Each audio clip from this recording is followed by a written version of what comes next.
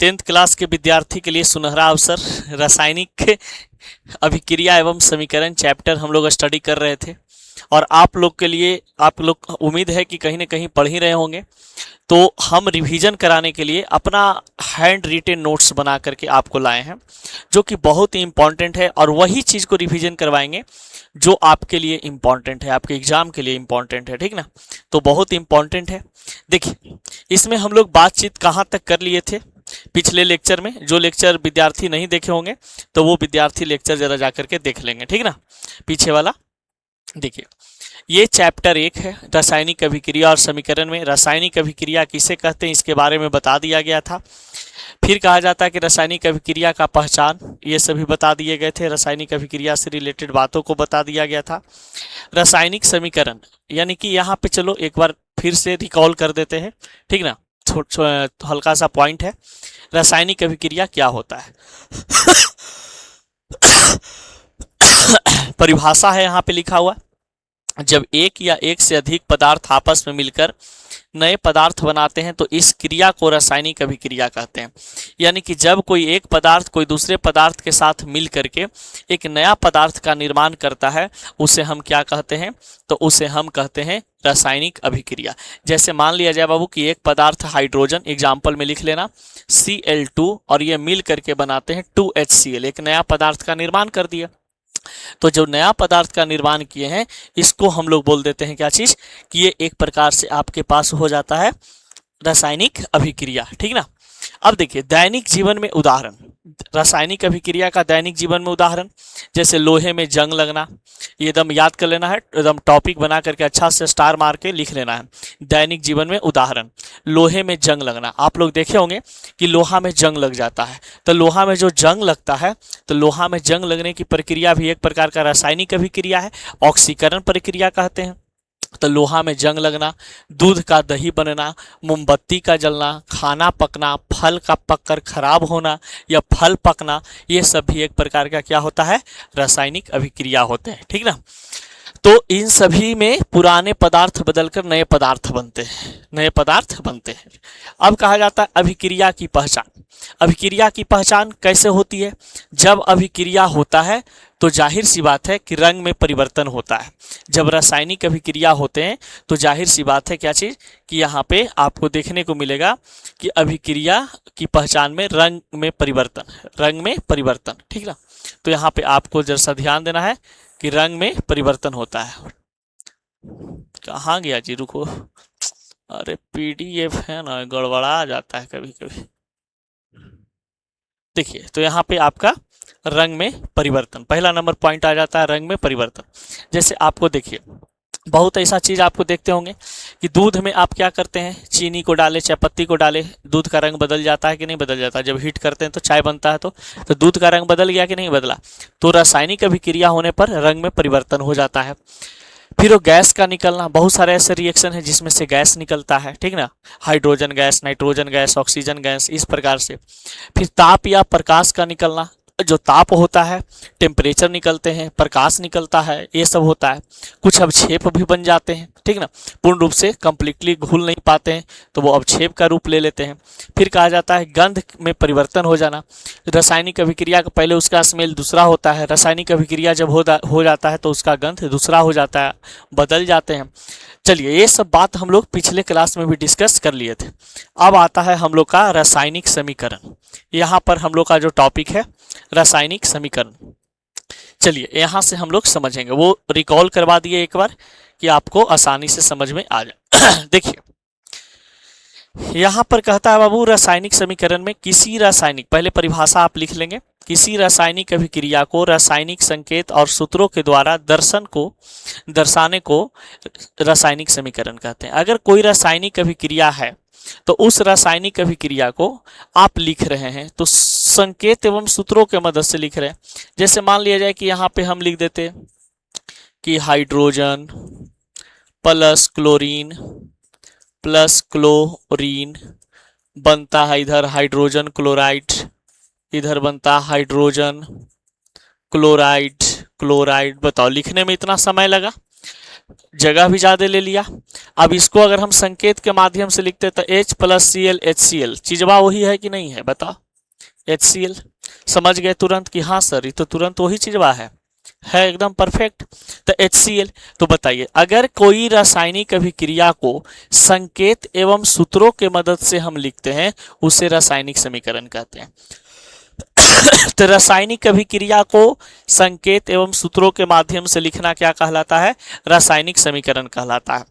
रासायनिक समीकरण में दो चीज होते हैं, यानी दो पार्ट होता है, एक पार्ट होता है अभिकारक और एक पार्ट होता है प्रोडक्ट। तो बताइए यहां पर जो मान लिया जाए कि ऐसे बनता है कि ए है ऐसे, सॉरी यहां पे आपको दिखाई दे रहा होगा कि जैसे मान लिया जाए ए प्लस बी और इधर बन गया सी। तो बताइए इधर बना राइट साइड में, सॉरी लेफ्ट साइड में, ई बना राइट साइड में। तो ये हो गया उत्पाद, ये हो गया अभिकारक, ये हो गया क्या चीज, अभिकारक।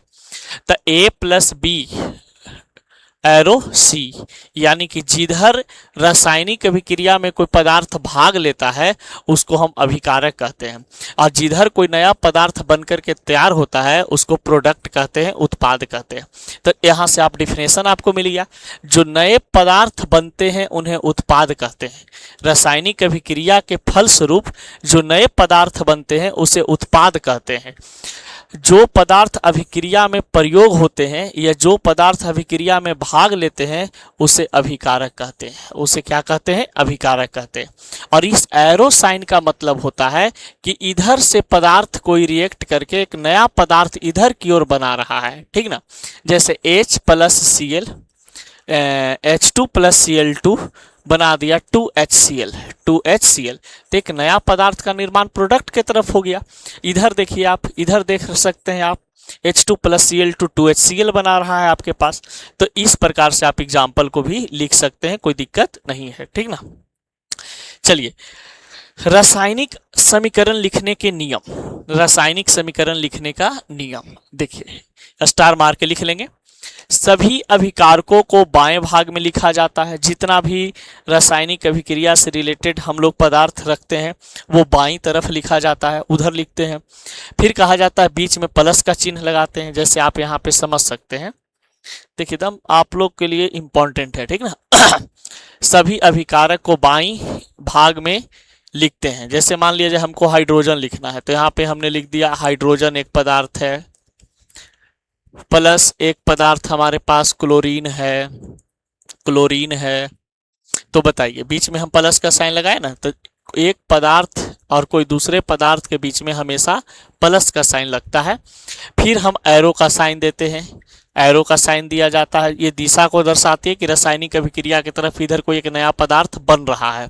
तो इधर नया पदार्थ बनता है हाइड्रोजन क्लोराइड, हाइड्रोजन क्लोराइड, यानी ये साइन दर्शा रहा है कि इधर की ओर एक नया पदार्थ बन रहा है, ठीक ना। फिर समीकरण के तत्वों को रासायनिक सूत्र सहित लिखते हैं। अब इसका संकेत लिख दिया H2 प्लस Cl2 बन गया 2HCl। तो अभिकारक जो होता है इधर वाले बायां तरफ, दायां तरफ होता है जो प्रतिफल होता है, ये होता है प्रतिफल होता है, ठीक ना। चलिए नेक्स्ट। अब देखिए कहा जाता है कि रासायनिक समीकरण दो प्रकार के होते हैं, एक होता है संतुलित और एक होता है असंतुलित, एक होता है संतुलित और एक होता है असंतुलित। तो अब यहां पर बोलता है कि संतुलित समीकरण किसे कहते हैं संतुलित समीकरण किसे कहते हैं और एक होता है असंतुलित समीकरण किसे कहते हैं।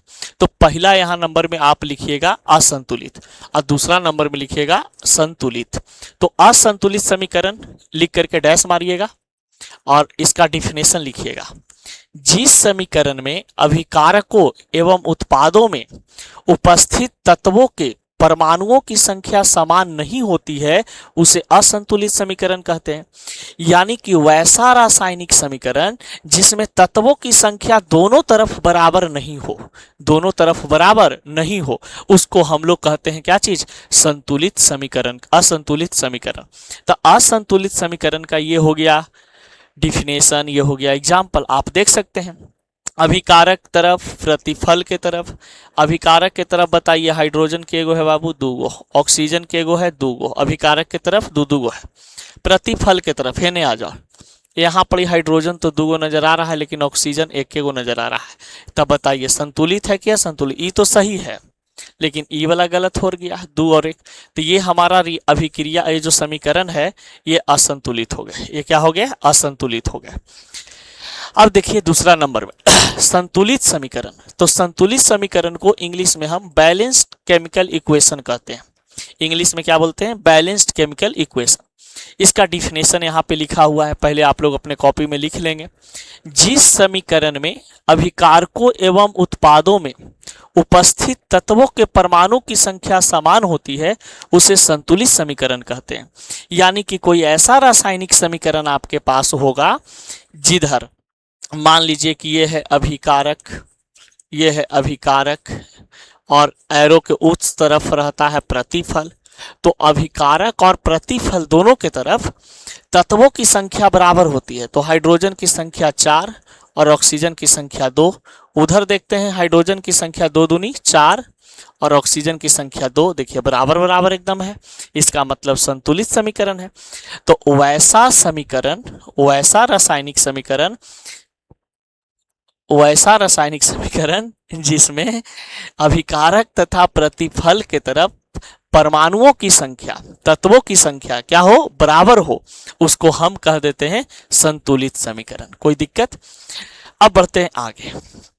यहां पर आप देखिए, तरीके बढ़ो ना रे आगे, यो टाइम मांगता है जी, सब वक्त मांगता है। कोई ऐसा इंसान नहीं है जो वक्त नहीं मांगता है। असमान उदाहरण, इसमें आपको जरा सा देखना है, इसमें पता करना है कि कौन संतुलित है कौन असंतुलित है। एक बार देख के बताइए। 2H2 प्लस O2 बनता है 2H2O, 2H2O। तो बताइए हाइड्रोजन और ऑक्सीजन मिलकर के क्या चीज का निर्माण करता है? जल का। हाइड्रोजन और ऑक्सीजन मिलकर के क्या चीज का निर्माण करते हैं? जल का। तो हाइड्रोजन हमेशा याद रखिएगा, यहाँ पे देखिए बहुत अच्छा बात दिया है कि हाइड्रोजन और ऑक्सीजन मिल करके क्या चीज का निर्माण करता है? जल का। तो यहाँ पे ये सब की पॉइंट में लिख लेना, इसे नोट में नहीं तो नोट में लिख लो, अच्छा रहेगा।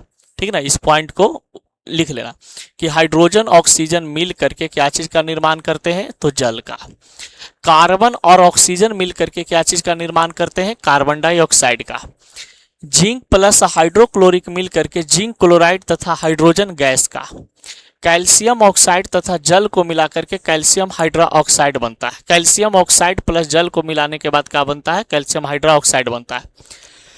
सोडियम प्लस क्लोरीन को मिलाने पर सोडियम क्लोराइड बनता है, सोडियम क्लोराइड बनता है। अब यहाँ पे एग्जाम्पल में भी देख सकते हो, हाइड्रोजन ऑक्सीजन को मिलाया गया, जल का निर्माण हो गया।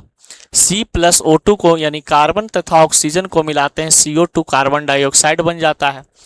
Zn प्लस 2HCl को ZnCl2 प्लस H2 बन जाता है, यानी कि Zn है जो Cl के साथ जाएगा और ये बना देगा ZnCl2, बेचारा बच जाएगा बंडा H2, H2 गैस बन के बाहर निकल जाएगा।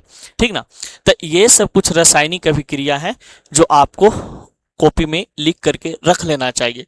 कभी भी पूछ सकता है कि जब हाइड्रोजन और ऑक्सीजन को मिलाते हैं तो क्या बनता है?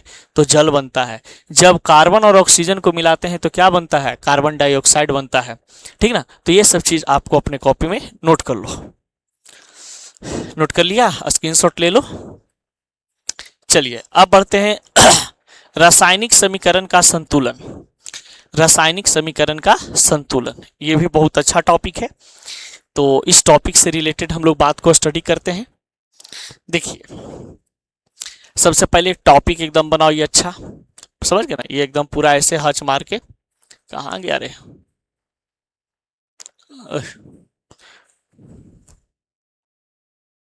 तो ओम नमः शिवाय।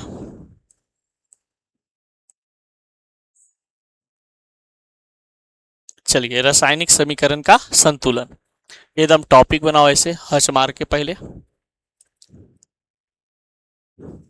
एकदम हच मार के इसे खटाक से, इसमें स्टार मार के यहाँ पे लिखना द्रव्यमान संरक्षण नियम।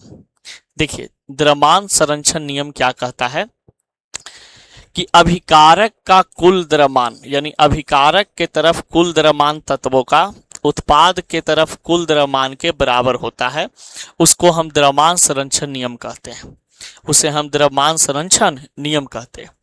तो द्रव्यमान संरक्षण नियम में कहा जाता है, डैश मार के लिखना, कि इस नियम के अनुसार रासायनिक अभिक्रिया में कुल द्रव्यमान अभिकारकों के कुल द्रव्यमान के बराबर होता है, यानी कि अभिकारकों के कुल द्रव्यमान प्रतिफलों के कुल द्रव्यमान के बराबर होता है। जैसे समझो H2 प्लस Cl2 बनेगा 2HCl। कहोगे बार बार यही एग्जाम्पल वाले रहा है मास्टरवा। तो इधर वाला को बोल देंगे अभिकारक, एने वाला को बोल देंगे प्रतिफल। तो बताइए ई हो गया 2 प्लस ई हो गया आपका 35।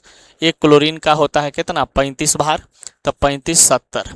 आप बताइए इधर हाइड्रोजन का 2 प्लस एक क्लोरीन का भार 35, तो 35 और यहाँ पे क्या करेंगे 2 से गुना कर देंगे, 2 से गुना कर देंगे, तो 2 प्लस 70 बराबर कितना हो गया 72। और इन्हें भी जोड़ेंगे तो कितना आ रहा है 72। यानी पता चल गया कि जितना अभिकारक के तरफ तत्वों का भार निकल के आ रहा था उतना ही प्रतिफल के तरफ तत्वों का भार आ रहा है। इसका मतलब है कि हमारा रासायनिक समीकरण संतुलित है, हमारा रासायनिक समीकरण संतुलित है। और किस आधार पर संतुलित है, तो ये द्रव्यमान संरक्षण के नियम के आधार पर, क्योंकि जितना द्रव्यमान इधर आ रहा है जोड़ करके उतना ही द्रव्यमान इधर भी आ रहा है जोड़ करके।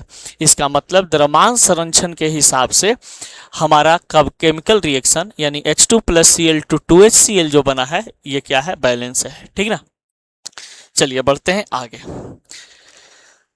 अब संतुलित करने की विधि, संतुलित करने की विधि, इस विधि में पहले अभिकारक को लिखते हैं, फिर एक एक करके गुणांक बदल करके दोनों पक्षों में हम लोग बराबर बराबर करते चले जाते हैं। ठीक ना, जैसे अभी आपको हम सिखाते हैं संतुलित करने का उपाय। कहाँ गया अरे देखो संतुलित कैसे करना है इसके बारे में, तो टॉपिक बना लो रासायनिक समीकरण को संतुलित कैसे करें, कैसे करें। देखिए जैसे मान लिया जाए कि Na प्लस Cl2 है, 2NaCl है, तो ये हमारा केमिकल रिएक्शन दिया हुआ है। देखिए आपको पता है कि इधर वाले को हम बोलते हैं बाबू अभिकारक, और इधर जो है एरो के जो दाहिना तरफ है इसको बोलते हैं प्रतिफल। तो एक एक तत्व को देखेंगे, एक एक तत्व को समझेंगे। बताइए अभिकारक के तरफ सोडियम की संख्या केगो है एगो, इधर क्लोरीन की संख्या केगो है दूगो। उधर आओ, इधर सोडियम की संख्या केगो है, आगे में 2 लगा हुआ है, इसका मतलब इससे भी गुना ही हो जाएगा और इससे भी गुना हो जाएगा, तो Na हो जाएगा दूगो और क्लोरीन केगो हो जाएगा, तो क्लोरीन भी दूगो। ई वाला तो मिल रहा है लेकिन ई वाला गड़बड़ है, तो इसको पूरा करने के लिए या तो हम 2 यहाँ पे लगा दें या तो 2 हम यहाँ पे लगा दें, दोनों में से कहीं एक जगह पे हम लगा सकते हैं। तो बताइए 2 को यहाँ पे मल्टीप्लाई 2 करेंगे तो 2 आ गया, यानी कि अब हमारे पास 2 गो सोडियम 2 गो क्लोरीन से अभिक्रिया करके 2NaCl बना दिया। तो इस प्रकार से हम क्या कर लेते हैं, रासायनिक समीकरण को पूरा कर लेते हैं। ठीक ना, बैलेंस कर लेते हैं। चलिए नेक्स्ट एग्जाम्पल देखो यहाँ पे, नेक्स्ट एग्जाम्पल एकदम रिवीजन के तौर पे आप देखते रहो। ठीक ना, नाइट्रोजन प्लस हाइड्रोजन मिलकर के बनाता है 2NH3। अब देखो रिएक्टेंट के तरफ नाइट्रोजन की संख्या केगो है, यहाँ पे आप देख सकते हो नाइट्रोजन की संख्या केगो है, तो नाइट्रोजन की संख्या 1, Na केगो है 2, Na नाइट्रोजन केगो है 2 गो और हाइड्रोजन केगो है 3 दूनी 6, तो नाइट्रोजन 2 गो है हाइड्रोजन 6 गो है। अब कैसे होगा भाई, तो बताइए यहाँ पर हाइड्रोजन में हम कितना लिखेंगे कि 6 हो जाएगा, तो 2 मल्टीप्लाई 3 करेंगे, यहाँ पे 3 लिखेंगे तो 3 दूनी कितना हो गया 6 के बराबर बैलेंस हो गया ये दोनों। अब यहाँ पर एक गो है, यहाँ पे दो गो है, यहाँ पर हम कितना लिखेंगे, कितना से मल्टीप्लाई करेंगे कि यहाँ पे हमारा बराबर हो जाएगा, तो 2 से। तो देखिए अब 2 मल्टीप्लाई 1 किए तो 2 आ गया, ये भी बैलेंस हो गया, ये भी बैलेंस हो गया। तो ये हमारे पास क्या हुआ, बैलेंस केमिकल इक्वेशन हो गए। कोई दिक्कत? चलिए नेक्स्ट, जैसे अब हम कहें कार्बन प्लस O2, यहाँ पे बन रहा है 4CO2, 4CO2। अब यहाँ पे बताओ ऑक्सीजन इधर के गो है बाबू, 4 दूनी 8, कार्बन के गो है 4, Na के गो है ऑक्सीजन 2, Na के गो है 1। अब बताइए ऑक्सीजन को 8 करने के लिए कितना से यहाँ पे हमको गुना करना पड़ेगा, 8 करने के लिए 4 से, तो 4 यहाँ पे लिख देंगे। तो अभी बताइए 4 दूनी 8 हो गया। अब बताइए यहाँ पर 4 है कार्बन की संख्या, तो यहाँ पे 4 हम या तो आगे लगा दें या तो फिर ऐसे भी लिख सकते हैं 2C2, 2C2, ठीक ना, कुछ इस रूप में। तो 1 मल्टीप्लाई 4 हो जाएगा, 1 मल्टीप्लाई 4 यानी कि यहाँ पे हो गया 4। तो ये 4 इधर भी आ गया, 8 इधर भी आ गया। कोई दिक्कत? चलिए अब बढ़ते हैं आगे, नेक्स्ट क्लास में मिलते हैं आगे, ठीक ना। इतना